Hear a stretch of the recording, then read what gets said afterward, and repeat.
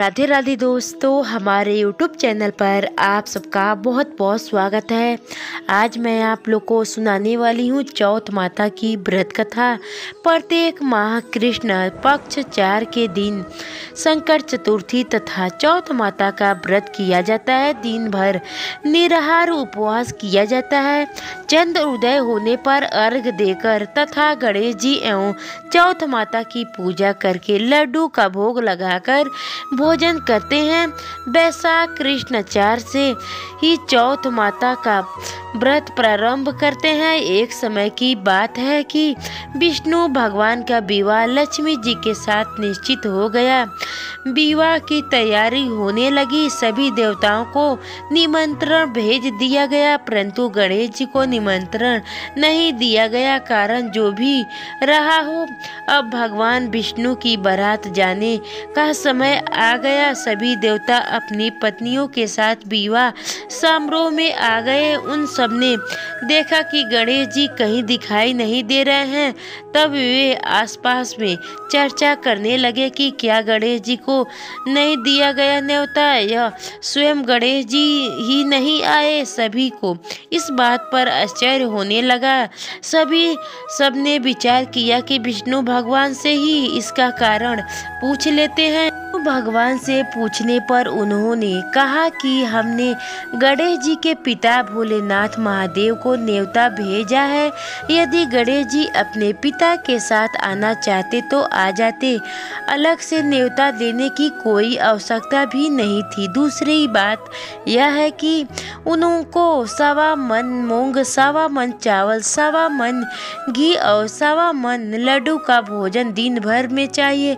यदि गणेश जी नहीं आएंगे तो कोई बात नहीं, दूसरे के घर जाकर इतना सारा खाना पीना अच्छा भी नहीं लगता।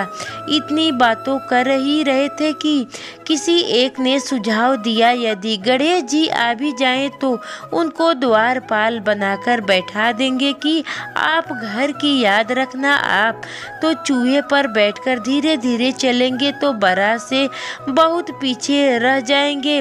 यह सुझाव भी सबको पसंद आ गया तो विष्णु भगवान ने भी अपनी सहमति दे दी। ना क्या था कि इतने में गणेश जी वहीं आ पहुँचे और उन्हें समझा बुझाकर घर की रखवाली करने बैठा दिए। बारात चल दी। तब नारद जी ने देखा कि गणेश जी तो दरवाजे पर ही बैठे हुए हैं, तो वे गणेश जी के पास गए और रुकने का कारण पूछे।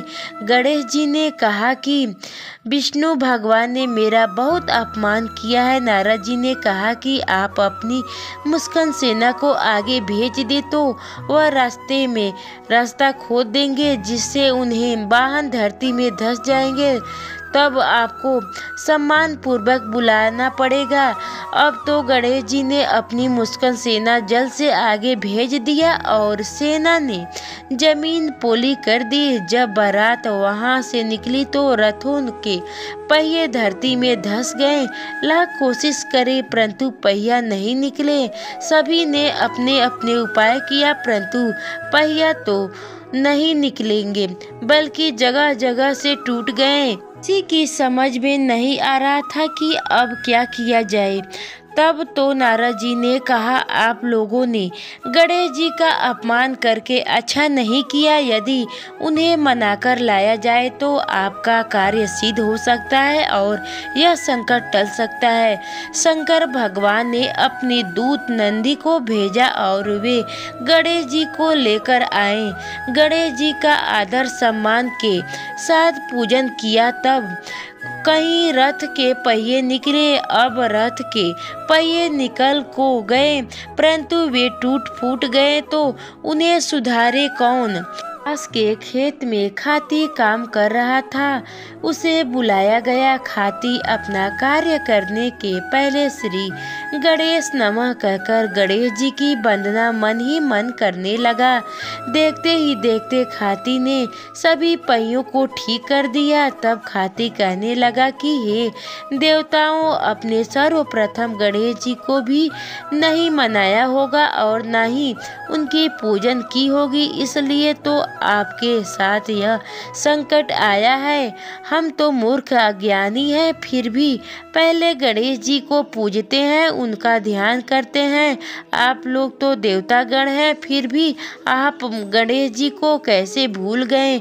अब आप लोग भगवान श्री गणेश जी की जय बोलकर जाएं तो आपके सब काम बन जाएंगे और कोई संकट भी नहीं आएंगे। ऐसा कहते हुए बारात वहां से चल दिया और विष्णु भगवान का लक्ष्मी जी के साथ विवाह संपन्न करके सभी सकुल घर लौट आए। हे गणेश जी महाराज, आपने विष्णु भगवान को जैसे कारज सरियों ऐसे कारज सबको सिद्ध कर जो।